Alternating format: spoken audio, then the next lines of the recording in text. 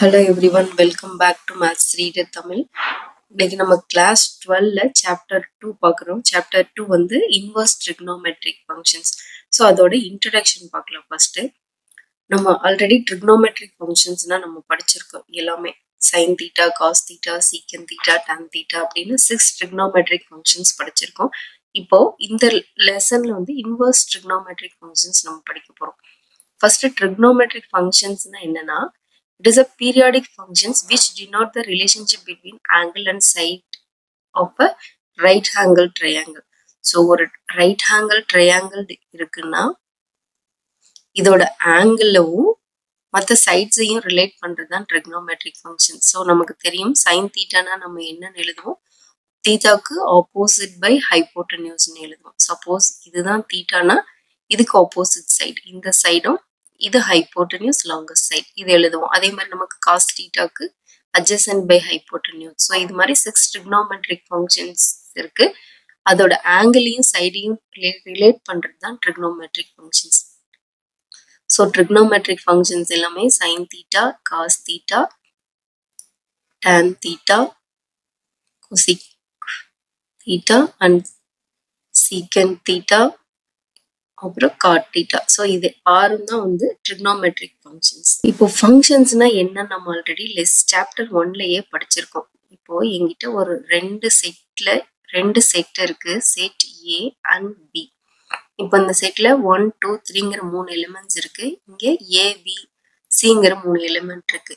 ஃபங்க்ஷன்னா என்னன்னா, இந்த செட் ஏல இருக்க ஒவ்வொரு எலிமெண்ட்டும் பில இருக்க ஒரு எலிமெண்ட் கூட மேப்பா இருக்கணும். இந்த ஏல இருக்க ஒவ்வொரு எலிமெண்ட்டுக்கும் ஒரு யூனிக் இமேஜ் இருக்கணும். ஸோ அப்படி இருந்ததுன்னா அது வந்து ஒரு ஃபங்க்ஷன். இங்க பார்த்தா 1 ஏ கூட மேப் ஆயிருக்கு, 2 பி கூட மேப் ஆயிருக்கு, 3 வந்து சி கூட மேப் ஆயிருக்கு. இப்போ ஏல இருக்க ஒவ்வொரு எலிமெண்ட்டுக்கும் ஒரு யூனிக் இமேஜ் வந்து பில இருக்கு. சப்போஸ் இதை நான் வேற மாதிரி போட்டாலும் 1, 2, 3 ஏ பி சி. இப்போ 1 ஏக்கு மேப் ஆயிருக்கு, 2வும் ஏக்கு மேப் ஆயிருக்கு, 3 சிக்கு மேப் ஆயிருக்கு. இப்படி இருந்தாலும் இது வந்து ஒரு ஃபங்க்ஷன் தான். ஏல இருக்க ஒவ்வொரு எலிமெண்ட்டும் வந்து பில இருக்க ஒரு எலிமெண்ட் கூட மேப் ஆயிருக்கும். சப்போஸ் பாருங்க, இன்னொரு எக்ஸாம்பிள் போடுறேன். அதே மாதிரி 1, 2, 3 ஏ பி சி. இப்போ இந்த 1 வந்து ஏ கூட மேப் ஆயிருக்கு, 1 பி கூட மேப் ஆயிருக்கு, 2 சி கூட மேப் ஆயிருக்கு, இந்த 3 வந்து மேப் ஆகாம இருக்கு. அப்படி இருந்ததுன்னா இது வந்து it is not a function. ஏன்னா இங்க இருக்க ஒரு எலிமெண்ட் வந்து இங்க 2 எலிமெண்ட் கூட மேப் ஆயிருக்கு. அப்படி இருக்கக்கூடாது. ஒரே ஒரு எலிமெண்ட் கூட மேப் ஆயிருந்ததுன்னா அது வந்து நமக்கு ஃபங்க்ஷன். பட் இதுல பார்த்தோம்னா இந்த 1க்கும் ஏங்கிற ஒரு எலிமெண்ட் கூட தான் மேப் ஆயிருக்கு, 2வும் ஏ கூட தான் மேப் ஆயிருக்கு. இதை வந்து நம்ம மெனி டு ஒன்னு சொல்லுவோம். இங்க பாரு, ஒவ்வொரு எலிமெண்ட்க்கும் ஒரு இமேஜ் ஒரு எலிமெண்ட் கூட மேப் ஆயிருக்கிறதுனால இதை நான் 1 to 1 சொல்லுவோம். ஸோ இது மெனி டு ஒன். பட் இது வந்து it is not a function. ஏன்னா ஒரு எலிமெண்ட்டுக்கு வந்து 2 இமேஜ் இருக்கு, அப்படி இருக்கக்கூடாது. ஸோ இந்த ஃபங்க்ஷன்ஸ் எல்லாமே நம்ம ஆல்ரெடி படிச்சிருக்கோம். ஃபங்க்ஷன்ஸ்ல 2 டைப் இருக்கு, 1 to 1 அப்புறம் ஆன் டு. ஸோ இது ரெண்டும் வந்து நம்ம ஃபர்ஸ்ட் சாப்டர் 1லயே படிச்சோம். இந்த 2 ஃபங்க்ஷன்ஸும், இது 2 ஃபங்க்ஷனும் எக்ஸிஸ்ட் ஆயிருந்தா அதை வந்து நம்ம பைஜெக்டிவ் ஃபங்க்ஷன் சொல்லுவோம். இந்த டைப் ஆஃப் ரிலேஷன்ஸ் எல்லாம் நம்ம படிச்சிருக்கோம். இப்போ இன்வர்ஸ் இப்போ இந்த ஃபங்க்ஷனுக்கு இன்வர்ஸ் எக்ஸிஸ்ட் ஆகும். எப்ப இன்வர்ஸ் எக்ஸிஸ்ட் ஆகும் அப்படின்னா, ஒரு ஃபங்க்ஷன் வந்து 1 to 1 ஆன் டுவா பைஜெக்டிவா இருந்ததுன்னா அது இங்க வந்து இன்வர்ஸ் வந்து எக்ஸிஸ்ட் ஆகும். இன்வர்ஸ்க்கு நான் definition, a function is said to be inverse if the function is 1 to 1 on 2. இப்போ ஒரு ஃபங்க்ஷன் வந்து 1 to 1ஆவும் இருந்து ஆன் 2ஆவும் இருந்ததுன்னா அந்த ஃபங்க்ஷனுக்கு வந்து இன்வர்ஸ் வந்து எக்ஸிஸ்ட் ஆகும். இப்போ இன்வர்ஸ் ட்ரிக்னோமெட்ரிக் ஃபங்க்ஷன்ஸ் எல்லாம் நான் எப்படி எழுதுவேன்னா, sine inverse of X, cos inverse of X, tan inverse of x, cot inverse of x, cosecant inverse of x and secant inverse of x. So இது எல்லாமே தான் inverse trigonometric functions. இது வந்து trigonometric functions, இது inverse trigonometric functions. இப்போ இந்த inverse எல்லாம் எப்போ exist ஆகும் அப்படின்னா, இந்த functions, இந்த suppose sin function வந்து பைஜெக்டிவ் ஃபங்க்ஷனா இருந்ததுன்னா இந்த ஃபங்க்ஷன் எக்ஸிஸ்ட் ஆகும். ஸோ ஜென்ரலா நான் ஃபங்க்ஷனை எப்படி ரெப்ரசென்ட் பண்ணுவேன்னா, ஏ டு பி இது வந்து ஃபங்க்ஷன். இப்போ இன்வர்ஸ் ஃபங்க்ஷன் எப்படி ரெப்ரசென்ட் பண்ணுவோம்? f inverse. அப்போ அந்த ஃபங்க்ஷன் வந்து b ல இருந்து a க்கு போகும். இப்போ ஃபங்க்ஷன் a to b னா இன்வர்ஸ் ஃபங்க்ஷன் வந்து b to a ஆக இருக்கும். அப்போ f இன்வர்ஸ் எப்ப எக்ஸிஸ்ட் ஆகும்? f inverse exists only if the function is bijective or f is bijective. இந்த f வந்து bijective, that is 1 to 1 on to இருந்ததுன்னா inverse வந்து எக்ஸிஸ்ட் ஆகும். இப்போ நம்ம inverse trigonometric functionsல first sin x க்கு பார்க்கலாம். இது வந்து sin x ஓட ஃபங்க்ஷன், sin x ஓட வேவ் ஃபார்ம் கூட சொல்லலாம். sin x curve, இது வந்து sin x ஓட curve வந்து இப்படி தான் இருக்கும். இத y equal to sin x ன்னு நம்ம சொல்றோம். y equal to sin x function. இப்போ இந்த இடத்துல வந்து 0, இந்த இடம் 90 டிகிரி பை பை 2, இங்க பை, இது 3 பை பை 2, இங்க 2 பை, அதே மாதிரி இந்த பக்கம் இது மைனஸ் பை, இந்த பக்கம் மைனஸ் 2 பை, இது மைனஸ் பை பை 2.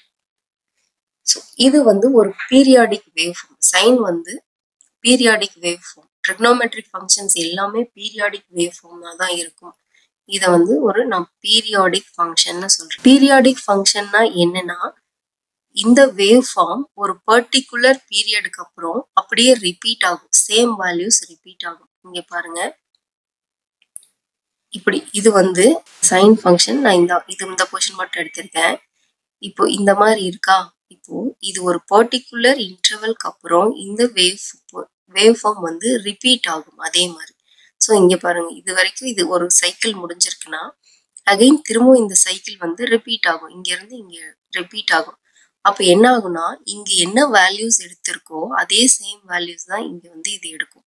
இதுதான் பீரியாடிக் வேவ் ஃபார்ம். ஒரு பர்டிகுலர் பீரியடுக்கு அப்புறம் அது வந்து ரிப்பீட் ஆகும். Function that repeats it's value at regular interval.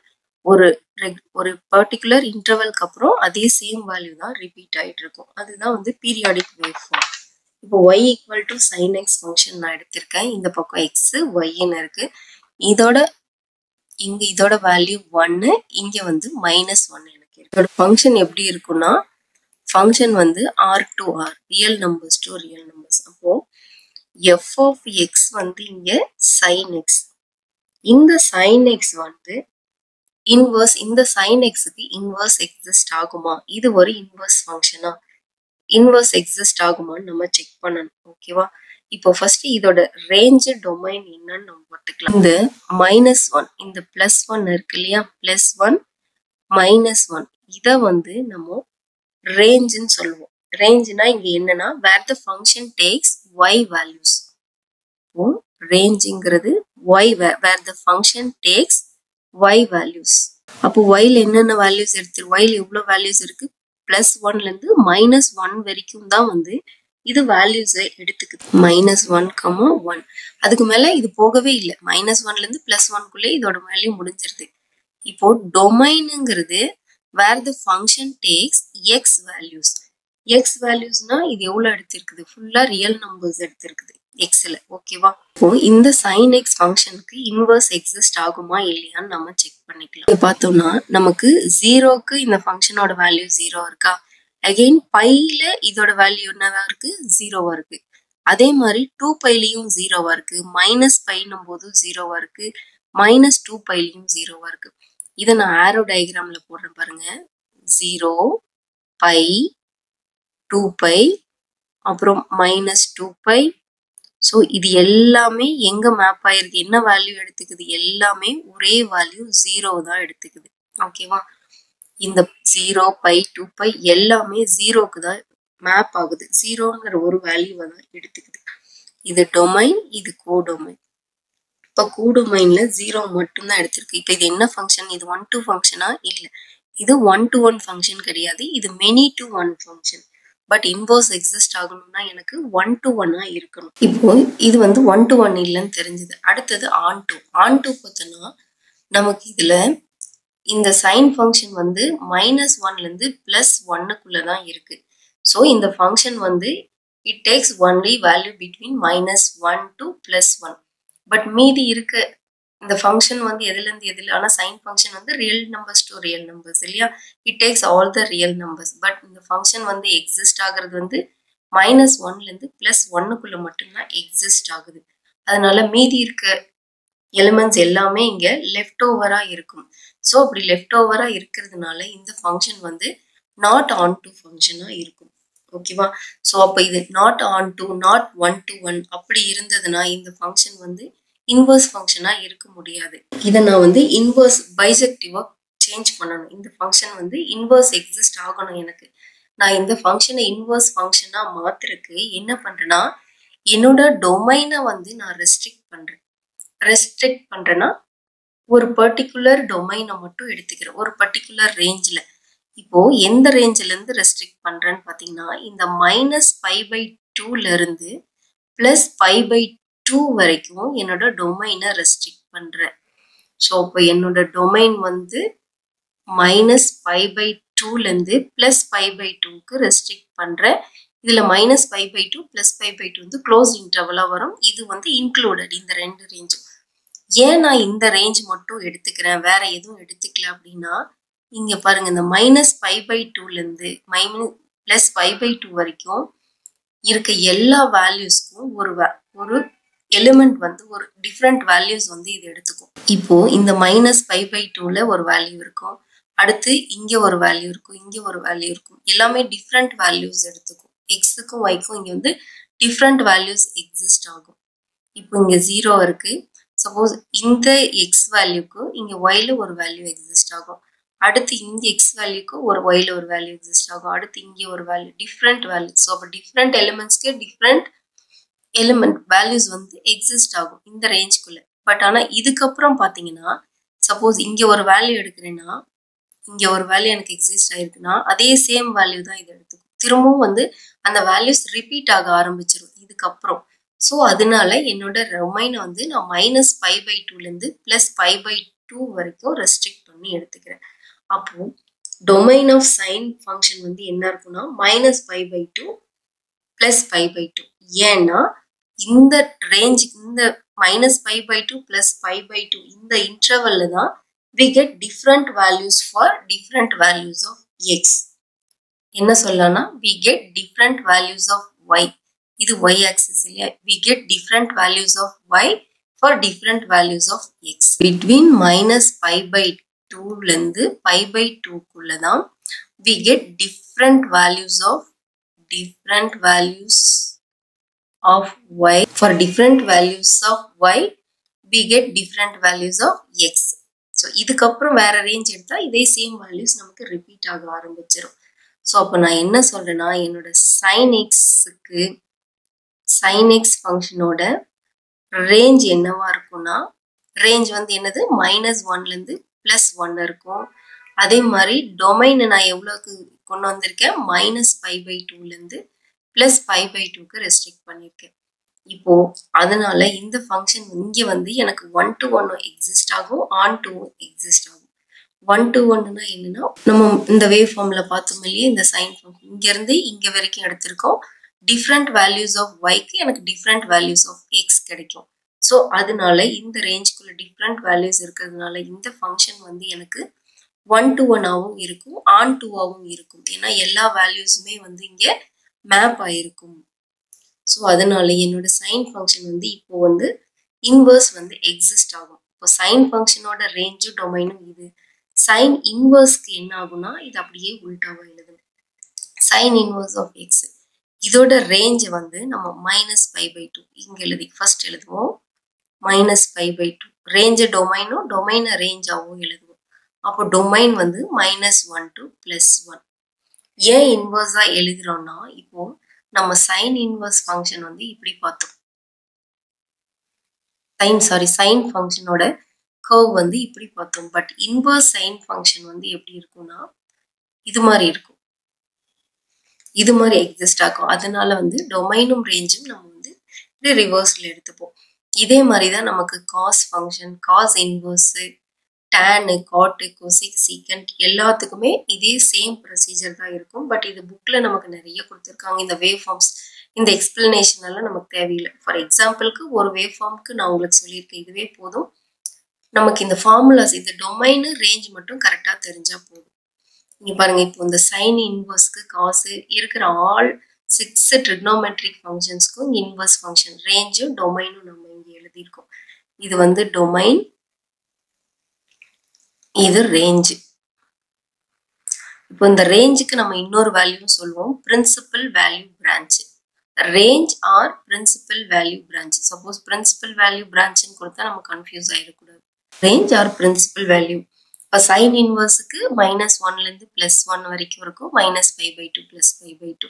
காசுக்கு டொமைன் வந்து இதே சேம் தான். சைன் இன்வர்ஸ்க்கு என்ன இருக்கோ அதே தான் காஸ் இன்வர்ஸுக்கும்.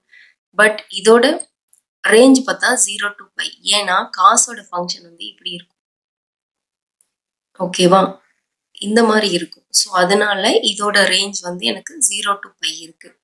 கொசைக்கு வந்து ஆர் ரியல் நம்பர்ஸ் -1,1. கொசிக்குங்கிறது சைனோட 1/sin தான் கொசிக்கு. அப்போ ரியல் நம்பர்ஸ்ல இருந்து இந்த ரியல் நம்பர்ஸ் -1,1 க்ளோஸ்ட் இன்டர்வல். இந்த -1ம் +1ம் இன்க்ளூட் ஆகாது. ஸோ இதுதான் இதோட டொமைன். இதோட ரேஞ்ச் வந்து -π/2 +π/2. இங்க -0 பண்றோம். ஏன் இங்க 0 பண்றோம்னா நமக்கு தெரியும் கொசிக்க எக்ஸ் என்னது சொல்லுவோம், 1/sin x. இங்க எக்ஸ்ங்கிறது தீட்டாவோட வேல்யூ. சைன் வந்து சைன் நம்ம ட்ரிக்னோமெட்ரிக் டேபிள்ல sin 0 வந்து எவ்வளவு இருக்கு நமக்கு தெரியும். sin 0 வந்து 0வா? இப்போ இந்த இடத்துல நான் 1/sin 0ன்னு போட்டேன்னா இது என்ன ஆகும், நாட் டிஃபைன்ட் இல்லையா? sin 0 அப்படி ஆயிரும். 1/sin 0 வந்து நாட் டிஃபைன்ட் ஆயிரும். இது ஆகக்கூடாது, இப்படி வரக்கூடாது. அதனால நான் 0வை மட்டும் இங்க -0 போட்டிருக்கேன் செட்டுக்குள்ள. அடுத்தது சீக் இன்வர்ஸ். அதே மாதிரி தான் ரியல் நம்பர்ஸ் -1,1. இது ரேஞ்ச் 0,5 -π/2. இப்போ சீக் தீட்டாவை பார்த்தோம்னா நம்ம 1/cosன்னு எழுதுவோம். இப்போ காஸ் வந்து எங்க 0 வரும்னா காஸ் 0க்கு வந்து cos 90 வந்து 0. இப்போ 1/cos 90. நான் cos 90யோட வேல்யூ 0வா? அப்போ 1/0ன்னு வந்தா இது அகைன் நாட் டிஃபைன்டு. ஸோ இந்த மாதிரி வரக்கூடாது. அதுக்காக இங்க -1/2 வந்து இதுல இருந்து நம்ம மைனஸ் பண்ணி எழுதியிருக்கோம். நெக்ஸ்ட் tan தீட்டா ஃபுல்லா ரியல் நம்பர்ஸ் எடுத்துக்கும், cot தீட்டாவும் ஃபுல்லா ரியல் நம்பர்ஸ் எடுத்துக்கும். இது -π/2 to +π/2. இதுக்கு 0 to. இந்த டேபிள் வந்து நமக்கு தரவா இருந்ததுன்னா இந்த சாப்டர்ல இருக்க எல்லா ப்ராப்ளம்ஸும் நம்ம ஈஸியா சால்வ் பண்ணிடலாம். நெக்ஸ்ட் இதுல கொஞ்சம் இம்பார்ட்டன்ட் ஃபார்முலாஸ் எல்லாம் இருக்கு. ஸோ அதையும் நம்ம தெரிஞ்சு வச்சுக்கணும். இதை சால்வ் பண்ணணும்னா என்னன்னா sin inverse of -x. sin inverse of -xனா அந்த இடத்துல நம்ம -sin inverse of x எழுதுவோம். நெக்ஸ்ட் சைனுக்கு அப்புறம் cosec inverse of -x. அப்ப அந்த இடத்துல -cosec inverse of x. Next tan inverse of -x. இங்கேயும் -tan inverse of x. So இது மூணுத்துக்கும் பார்த்தோம்னா நமக்கு முன்னாடி மைனஸ் வரும். அடுத்தது நான் cos inverse of -x எடுத்தேன்னா என்ன வரும்னா π cos inverse of x. அடுத்தது காஸ்க்கு அப்புறம் secant theta sec inverse of -x. இதுக்கும் π sec inverse of x. அடுத்தது cot inverse of -x. இதுக்கும் π cot inverse of x. இது மூணுத்துக்கும் முன்னாடி மைனஸ் வரும். இது மூணுக்கும் π cos inverse of x, sec inverse of x, cot inverse of x. இந்த formulas வந்து இம்பார்ட்டன்ட், நம்ம ப்ராப்ளம்ஸ் போடும்போது யூஸ் பண்ணுவோம்.